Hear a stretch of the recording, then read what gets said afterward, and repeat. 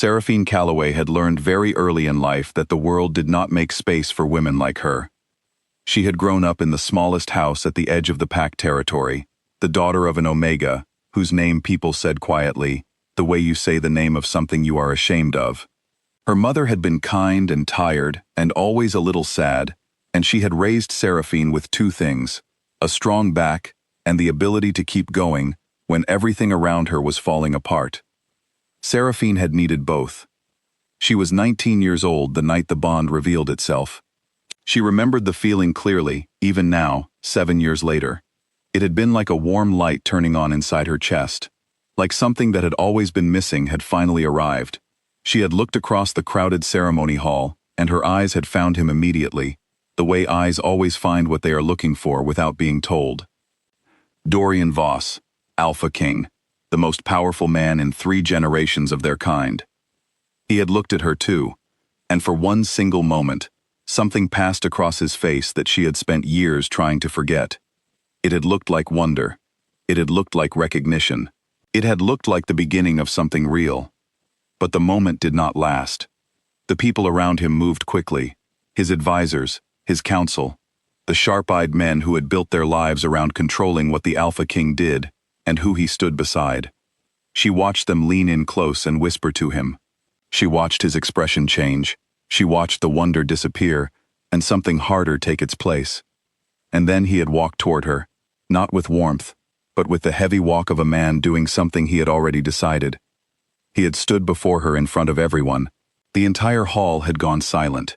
She remembered the feeling of all those eyes, the way the silence pressed against her skin like something cold. His voice had been formal, distant, like he was reading from a document.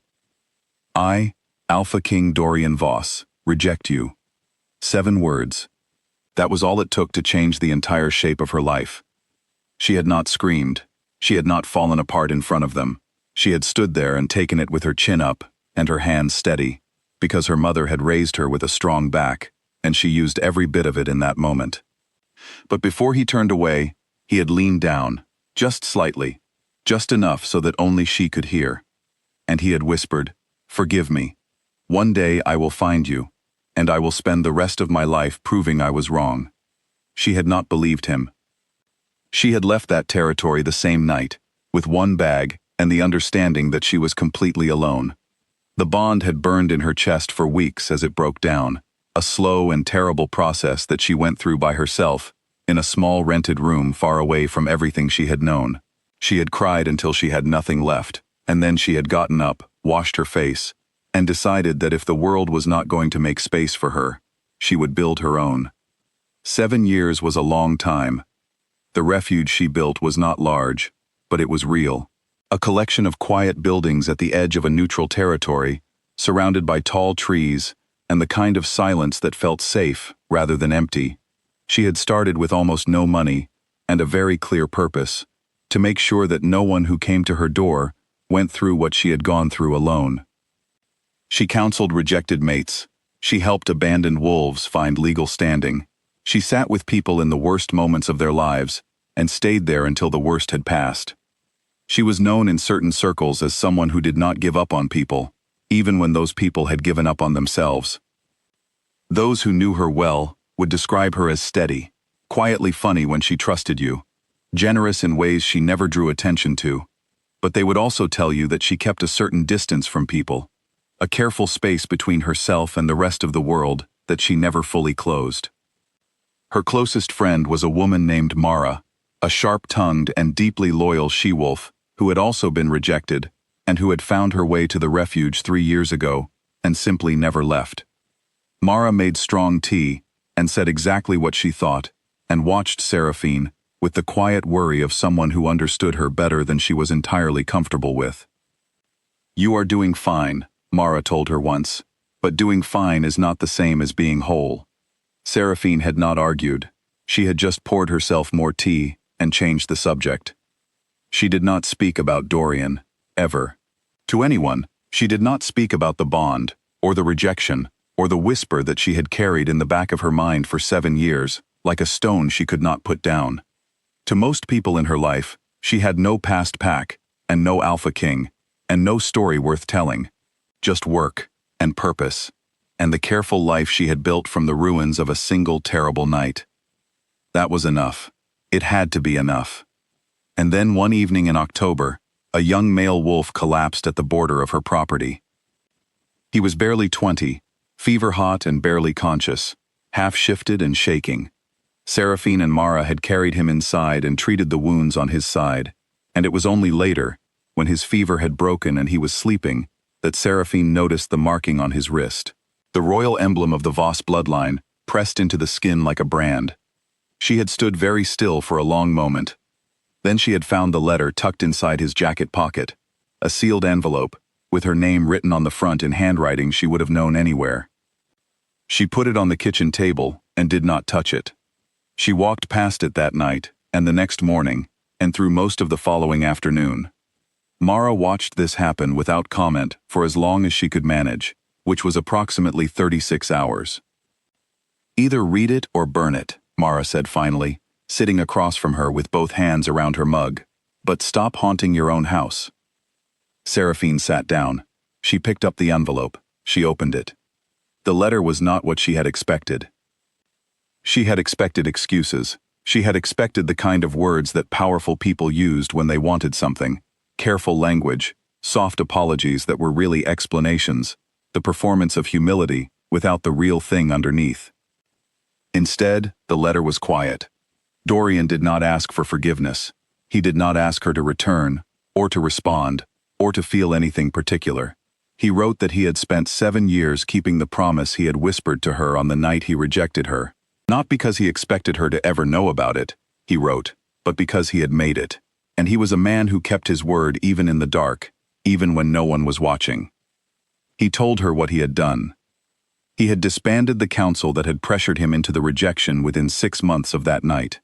He had spent the following year rewriting pack law so that rejection without documented cause was no longer a private matter, but a formal hearing, with consequences. He had built something in the center of his territory, a stone marker with no political name attached to it, only an inscription that read, "To the one we failed. The law has changed because of you." He had never taken another mate, not as a gesture toward her. He wrote that clearly and without sentiment, but because he believed, honestly, that he had not yet become someone who deserved one. He closed the letter with a single paragraph. He wrote that he was not sending the letter so she would come back.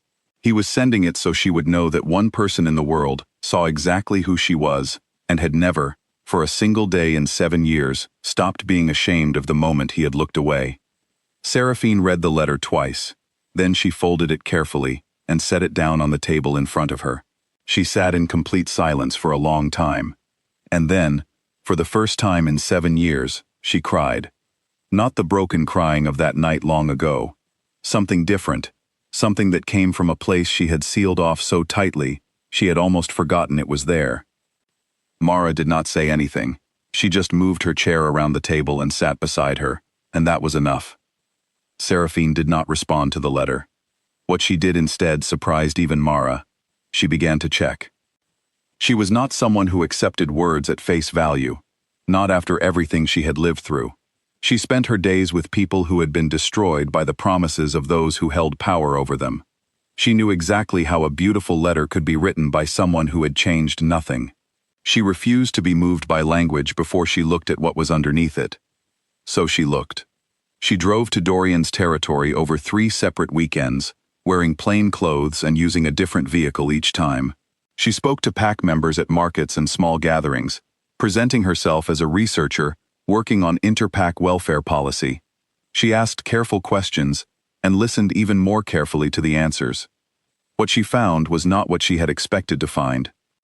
People spoke about their alpha king the way you speak about someone who had once been one thing and had slowly, painfully, become something else. They spoke about a man who had become quieter after a certain point in his early years as king, more serious, more focused on the welfare of those without power in his pack. Several people mentioned the change in rejection law specifically, and the way Dorian attended the hearings himself, personally, which no alpha king before him had ever bothered to do. She found the stone marker on a quiet afternoon when the square was nearly empty. She stood in front of it for a long time and read the inscription 3 times. There was no royal seal on it, no name claiming credit. It stood there simply, for no audience, asking nothing in return. On her third visit, she spoke to an older woman who had lived in the territory her entire life. The woman mentioned, without being asked, that the king visited a small property at the edge of his land every year on the same date. Alone, always alone. Seraphine asked the date. It was the same night as the rejection. She drove home and sat in her car in the dark for a long time before she went inside. Mara was waiting at the kitchen table with 2 cups of tea already made. She looked at Seraphine's face and said nothing for a full minute. Then she said, "You already know the truth of it." "Yes," Seraphine said. "So the question is, what you do now?" Seraphine wrapped both hands around her cup. "I don't know yet." Mara nodded slowly. "That's the most honest thing you've said in a while." She did not plan to see him. A regional summit was announced for pack leaders and welfare coordinators across several territories. It was a formal event, policy discussions, resource sharing, the kind of gathering she attended every year as a representative of her refuge. Her name was on the coordinator list. It meant nothing unusual. She did not know until 2 days before the event that Dorian would be attending. She considered not going. She sat with that option for an entire evening, turning it over, looking at it from every angle. And then she decided that removing herself from her own professional life because of him was something she was no longer willing to do. She had rearranged herself enough. She went. The summit was held in a large neutral hall, clean and well lit, and filled with the kind of careful, professional energy that came from important people being polite to each other.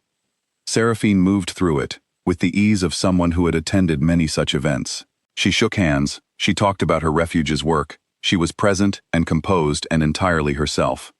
She was in a side corridor, moving between 2 meeting rooms, when she turned a corner and stopped. He was standing 10 feet away. 7 years had settled into Dorian Voss in a way that was hard to describe. He was not softer, exactly, but the hardness in him was different now, less like armor, and more like something that had been through a fire and come out changed. There were lines on his face that had not been there before. His eyes, when they found her, were the eyes of someone who had not been at peace for a long time. He went completely still. For a moment, neither of them moved. The corridor was empty. The sounds of the summit existed somewhere far away. There was only the strange and terrible quiet of 2 people who had never properly finished something, standing close enough to touch. Seraphine spoke first. Her voice was level. She had spent 7 years building a voice that stayed level. "I read your letter." Dorian said nothing. He just watched her, the way you watch something you are not sure is real. "I checked," she said. "Everything you wrote. I went and I looked at all of it." A silence that held more weight than most conversations. "Why?" she asked. The word was simple, but it carried everything. 7 years of rebuilding, 7 years of working through the damage, 7 years of a whisper she had never been able to fully put down. Dorian's answer came quietly, without performance. "Because you deserved someone who meant what they said to you. I could not be that person the night I should have been, but I could choose to be it every single day after, even if you never knew, even if it never reached you." Seraphine looked at him for a long moment. She was not angry.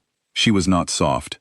She was simply present, fully, honestly present, in a way she had not allowed herself to be in this particular direction for a very long time. She gave him one small nod, then she walked away. He did not follow her. That evening, Seraphine sat at her kitchen table. The letter was still there, folded neatly where she had left it. She looked at it for a while. Then she pulled a blank page toward her and picked up a pen.